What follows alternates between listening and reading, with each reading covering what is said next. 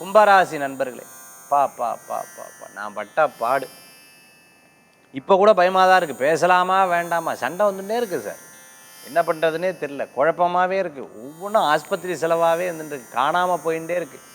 ஐயோ ராமா, ஒரு விஷயத்தை ஜெயிக்கிறதுக்குள்ளே நான் படுற பாடு எனக்கு இருக்கே அப்படின்னு சொல்லி அப்பப்போ வருத்தப்படுவேன். இப்போ பரவாயில்ல, இன்றைய தினத்தில் சில விஷயங்கள்லாம் சக்ஸஸ்ஃபுல்லாக உங்களுக்கு நடந்துடும்.